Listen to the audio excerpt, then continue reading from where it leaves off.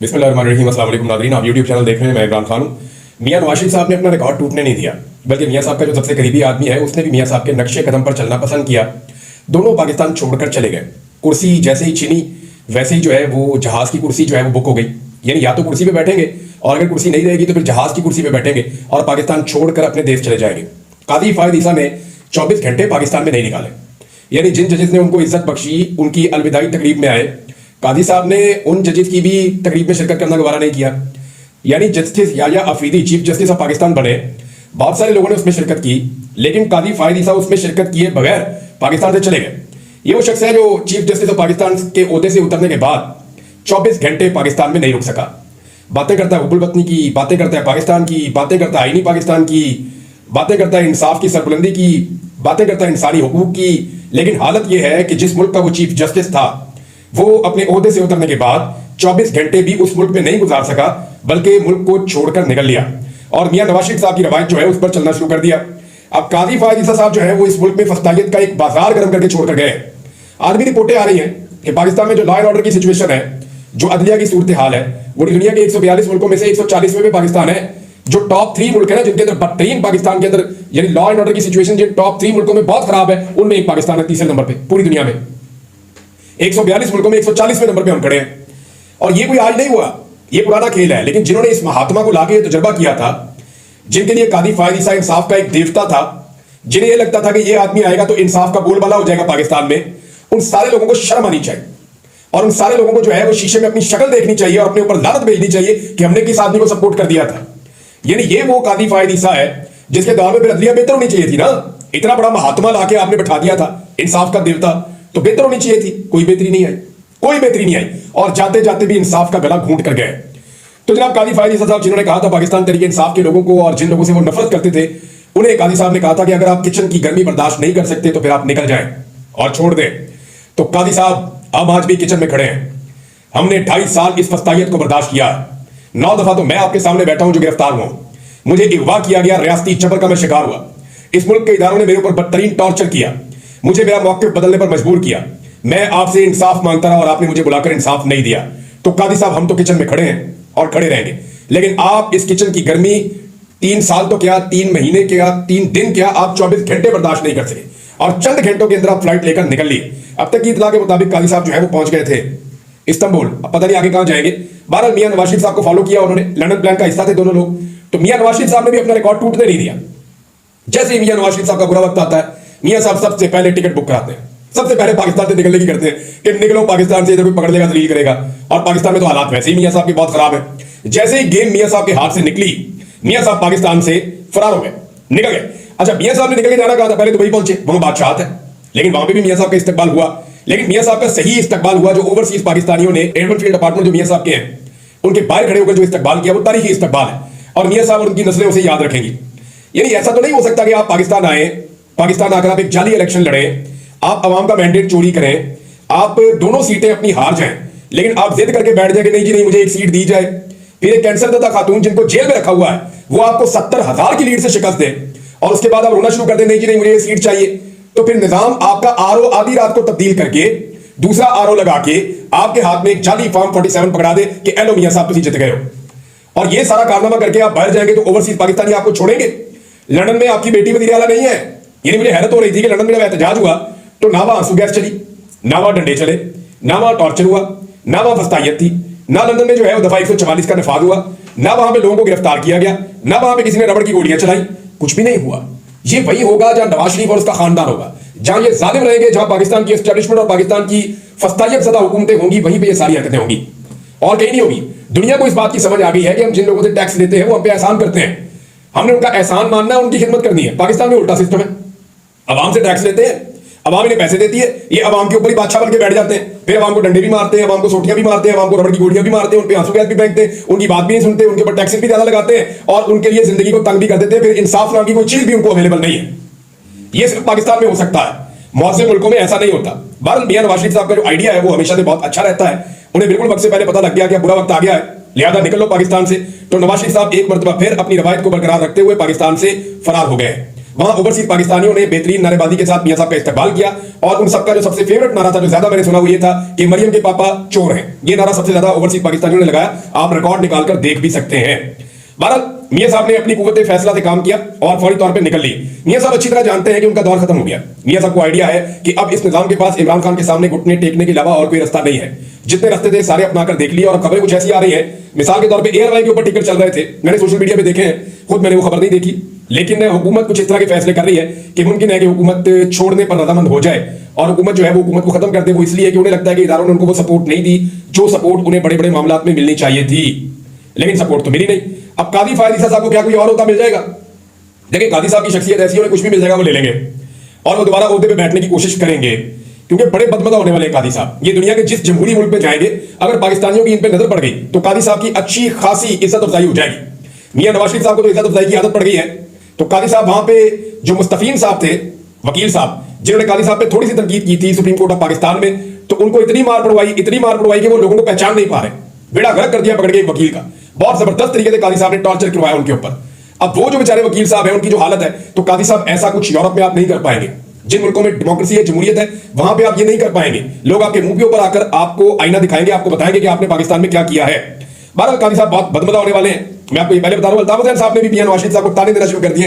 अल्ताफ हुसैन साहब ने क्या कहा? उन्होंने कहा जी कि लंदन आमद पर अल्ताफ हुसैन की जानिब से नवाज शरीफ को खुशामदीद, बहुत बेआबरू होकर तेरे कूचे से हम निकले। वजीर आजम बनने के लिए आपको फॉर्म 47 पर जितवाया भी गया, मगर अफसोस के सारी उम्मीदें जमीन पोस हो गई और आपको एक मरतबा फिर मुल्क छोड़ना पड़ा। मैं पाकिस्तानी एस्टेब्लिशमेंट को मैं मान गया हूं। अच्छा खासा 3 दफा का वजीर आजम था, उसका बोना बना के रख दिया।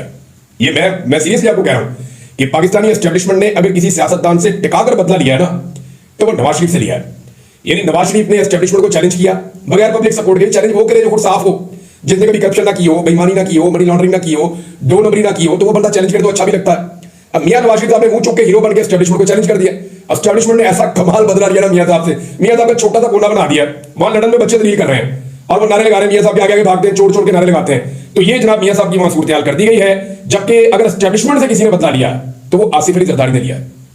यानी जरदारी साहब सियाने हैं, उन्होंने एस्टेब्लिशमेंट से बदला लिया है कि सारा मलबा एस्टेब्लिशमेंट पे गिर गया। पाकिस्तान की एस्टेब्लिशमेंट इतनी बदनाम कभी नहीं थी जितना आसिफ अली जरदारी ने कर दिया। तो एस्टेब्लिशमेंट से एस्टेब्लिशमेंट की इज्जत आसिफ अली जरदारी ने छीन ली और मियां नवाज शरीफ साहब की इज्जत वैसे ही रुल गई एस्टेब्लिशमेंट के साथ मिलने के बाद। तो ये जनाब अब तक की सूरत हाल है। फैसल बाडा की मैं आपको एक मिसाल दे देता हूं ना। फैसल बाडा दिन रात बेचारे तारीफें कर करके, खुशामदें कर करके हलकान होते जा रहे हैं। कभी इधर खुशामद, कभी इधर खुशामद, बूट तक उठा के टेबल के ऊपर रख दिया। बहुत कुछ किया फैसल बाडा ने, बड़ी कुर्बानियां उनकी पाकिस्तानी एस्टेब्लिशमेंट के लिए। लेकिन आप अंदाजा करें ना कि ओहदे सारे ले गया मोहसिन नकवी। खुशामदें कर करके हलकान हो गए फैसल बाडा और ओहदे सारे ले गया मोहसिन नकवी। तो ये भी एक ज्यादती होती है पाकिस्तान में, इसकी तरफ तवज्जो देनी चाहिए। अब जो बड़े फैसले हैं पहले दिन के जो आए जस्टिस याह्या अफरीदी साहब की जानिब से, आज की छुट्टी का दिन है, कल से बाकायदा चीजों का आगाज होगा। कल फुल कोर्ट का इजलास होने जा रहा है, उसमें बहुत बड़ी खबरें निकलने की तवक्को है। जो कोर्ट रिपोर्टर्स हैं वो ये कह रहे हैं कि अभी आप देखते जाएं कि होगा क्या। Bharat practice and procedure committee जो है उसको तब्दील कर दिया गया है। 2 बड़े मुतालबात जो जस्टिस मुनीब अख्तर साहब के और जस्टिस मंसूर अली शाह साहब के थे, दोनों मान लिए हैं चीफ जस्टिस ने। प्रैक्टिस एंड प्रोसीजर कमेटी तब्दील हो गई है और उसमें जो अब फॉर्मेशन आई है, सीनियरिटी की, उसमें पहले नंबर पे justice Yahya Afridi chief justice है, दूसरे नंबर पे जस्टिस मंसूर अली शाह है, तीसरे नंबर पे इस वक्त जस्टिस मुनीब अख्तर साहब है और इसी तरह सारे नीचे जा रहे हैं। फुल कोर्ट का इजलास भी 28 तारीख को यानी सोमवार वाले दिन तलब कर दिया गया है। सुप्रीम जुडिशियल काउंसिल का इजलास भी तलब कर दिया गया है और इंसदाद दहशतगर्दी जो जजेस की कारकर्दगी के हवाले से, दहशतगर्दी की जो अदालतें हैं वहां जो जजेस की कारकर्दगी है उसकी वजह से 9 मई के मामला हल ही नहीं हो रहे। अब देखते हैं वहां चीफ जस्टिस क्या करते हैं, लेकिन उस पर भी उन्होंने इजलास तलब कर दिया और ये भी कहा कि तमाम बेंचेस की जो अब कवरेज है वो लाइव होगी। यानी जो भी समाअत होगी उसको लाइव दिखाया जाएगा, तमाम अदालतों को लाइव दिखाया जाएगा, सिर्फ कोर्ट रूम नंबर 1 जो है उसको लाइव नहीं दिखाया जाएगा। अब अगर किसी अदालत में इमरान खान साहब पेश हो गए ऑनलाइन भी, तो पूरी कौम उनको देख लेगी, मैं इस बात की उम्मीद करता हूं। उसकी वजह यह है कि इससे पहले जब इमरान खान साहब पेश हुए थे तो उस वक्त काजी फायद ईसा साहब चीफ जस्टिस थे, उन्होंने कोशिश की कि जनाब इमरान खान साहब को लोग ना देख सकें। लेकिन अब जस्टिस याह्या अफरीदी है, मैं उम्मीद करता हूं कि अगर इमरान खान साहब किसी केस में आएंगे सामने तो जस्टिस याह्या अफरीदी साहब फिर कैमरा बंद नहीं करवाएंगे, बल्कि लोगों को मौका देंगे कि वो अपने लीडर को देख पाए। अब कुछ खबरें हमारे जनाब मेरे पास, एक तो बड़ी खबर यह है कि जस्टिस बाबर सत्तार इस्लामाबाद हाईकोर्ट में वापस आ गए हैं और जस्टिस तारिक महमूद जहांगीरी साहब के खिलाफ जो सोशल मीडिया पे एक कैंपेन चलाई गई थी उनकी जाली डिग्री के हवाले से, तो उस पर तौहीन अदालत की कार्रवाई हो रही थी, वो समाअत के लिए मुकर्रर हो गया है। इसमें कुछ ऐसे एंकर्स जिनको एस्टेब्लिशमेंट की ईमा के ऊपर वो जजेस की तौहीन करते रहे हैं, उन एंकर्स के नाम भी हैं। तो देखते हैं यहाँ पे अब आगे जाकर क्या होता है। हुकूमत ने 27वीं आईनी तरमीम की बात करना शुरू कर दी है, तो क्या वाकई 27वीं आईनी तरमीम आ रही है? मैं आपको बताता हूं, ये खेल है। देखिए, हुकूमत का बस चले तो वो 27वीं आईनी तरमीम तो ले आए, लेकिन अब कादी फायद ईसा तो है नहीं। जो सहूलतकारी करेंगे कि बंदे उठा लो, बीवियां उठा लो, बहुएं उठा लो, बेटियां उठा लो।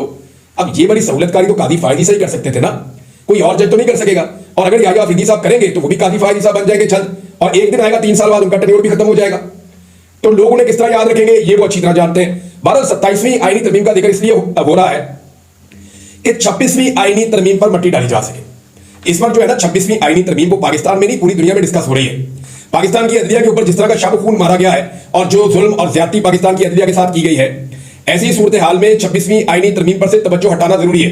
तो 26वीं आईनी तरमीम पर से तवज्जो हटाने के लिए इस वक्त सारे रल मिलकर कोशिश कर रहे हैं कि कुछ भी करो इस पे पर्दा डालो, और इसका एक तरीका यह है कि इनको 27वीं आईनी तरमीम की मुसीबत डाल दी जाए कि जनाब हम एक और तरमीम लेकर आ रहे हैं, पहले उसका सोचना शुरू कर दो, 26वीं को आप भूल जाओ। लेकिन 26वीं आईनी तरमीम जब तक रिवर्स नहीं होगी तब तक पाकिस्तान का आइन जो है वो अपनी असली हालत में वापस नहीं आएगा।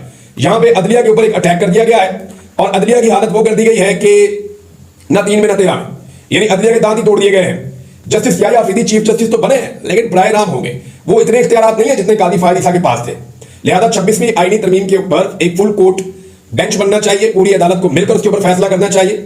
और ये जरूरी नहीं है कि तमाम मामला आईनी अदालत में जाएंगे, ये मामला जो है फुल कोर्ट में भी जा सकता है क्योंकि ज्यादा अहमियत का हामिल मामला है। लिहाजा आईनी तरमीम को फुल कोर्ट में भी ले जाया जा सकता है। मैं इस पर लीगल ओपिनियन लूंगा उकला की और फिर मैं आपको बताऊंगा कि एक्चुअली इसमें क्या हो सकता है। फजलुर रहमान साहब ने नाज़रीन एक स्टेटमेंट दिया है, पहले मैं आपको स्टेटमेंट पढ़ के सुनाता हूं, फिर मैं आपको उसकी हकीकत बताता हूं। फजलुर रहमान साहब ने मुतालबा किया कि मुल्क में एक बार फिर नए इंतखाबात करवाए जाएं, और खुशाब में पार्टी कारकुनान से मीटिंग के दौरान फजलुर रहमान ने एक बार फिर कहा कि मौजूदा असेंबली जायज नहीं है, मुल्क में उल्टी गंगा बह रही है, इसलिए हम नए इंतखाबात का मुतालबा करते हैं। उन्होंने कहा कि हमने अभी भी अपोजिशन का फरीक बनकर हुकूमत से बात की और मुस्तकबिल में भी हुकूमत के साथ इत्तेहाद का हमारा कोई इरादा नहीं है, बल्कि अपोजिशन में ही बैठेंगे। 26वीं आईनी तरमीम के मुसवदे में असल मवाद को किसी और तरमीम में शामिल नहीं होने देंगे, यानी हम 27वीं आईनी तरमीम नहीं होने देंगे। उन्होंने कहा कि पाकिस्तान तहरीक इंसाफ को रिहाइयों की सूरत में मिलने वाले रिलीफ पर कोई बात नहीं करूंगा। कौन सी रिहाइयां? सिर्फ एक बुशरा बीबी की रिहाई हुई है और उन्हें गैर कानूनी और गैर फजलुर रहमान साहब की सियासत जो है ना वो बाद औक़ात मुझे ऐसा लगता है कि घिन आती है। भाई आप आलम दीन, आप सच बोले, आप बताएंगे पाकिस्तान की तारीख में किसी औरत के साथ इतना जुल्म और ज्यादती इस तरीके से नहीं की गई जो इमरान खान की बीवी के साथ कर दी गई है। इद्दत का घटिया केस उसके ऊपर बना दिया, बगैर केस के उसको जो है वो 9 महीने से उसको जेल में रखा हुआ है। अब उसकी रिहाई हुई है तो आप उसको डील की बातें अब तासुर दे रहे हैं मौलाना साहब। इमरान खान की बहनें जो हैं वो अकेली खड़ी हुई थी, उन पे दफा 144 लगा के और दहशतगर्दी के मुकदमे डाल दिए। बजाय इसके लिए आप इसकी मजम्मत करें, आप इन रिहाइयों को डील की तरफ इशारे दे रहे हैं। तो फजलुर रहमान साहब जो है ना वो बहुत अजीब किस्म की सियासत करते हैं। देखिए अब ये कह रहे हैं कि जाली असेंबली है, ये जाली असेंबली है, इससे मैं अगली तरमीम नहीं होने दूंगा। ये जाली असेंबली है, इसलिए दोबारा नए इलेक्शन करवाए जाए। लेकिन इसी जाली असेंबली से इसी फजलुर रहमान ने आईनी तरमीम पास करवा दी है। यानी जाली असेंबली उस वक्त नहीं थी जब आप आईनी तरमीम पास करवा रहे थे। अगर फजलुर रहमान साहब इस गुनाह बेलज्जत में शामिल ना होते तो मैं आपको ये बता रहा हूं कि आईनी तरमीम ना हो सकती, और अगर फजलुर रहमान के बगैर आईनी तरमीम होती तो वो जो 63A वाला मामला और ये सारे मुद्दे खुल जाते और ये आईनी तरमीम एक वक्त आता कि रिवर्स भी हो जाती और इंतहाई कंट्रोवर्शियल होती। फजलुर रहमान साहब ने पूरी सहूलतकारी फराम की है इस निजाम को, हमेशा फराम की है। फजलुर रहमान साहब स्टेटस को के हमेशा ज्यादा करीब रहते हैं और स्टेटस को के साथ ज्यादा कंफर्टेबल भी रहते हैं। लिहाजा फजलुर रहमान साहब जो है वो वही सियासत करेंगे जिसमें उनको 4 सीटें ज्यादा मिल जाए। वो 4 सीटें पहले उन्हें कम मिली है, अब वो 4 सीटें बढ़ाने की कोशिश करेंगे और वो इन सीटों से आगे कभी इसलिए नहीं निकल पाएंगे क्योंकि उनकी सियासत जो है वो बहुत छोटी सोच के साथ आगे बढ़ती है। यानी छोटे से फायदे के लिए उन्होंने एक ऐसी आईनी तरमीम पास करवाई और झूठे वादों के साथ पास करवाई जो अब पूरे पाकिस्तान के गले पड़ी हुई है। अब तक के लिए इतनी ख्याल रखिएगा अपने चैनल का भी। अल्लाह हाफिज।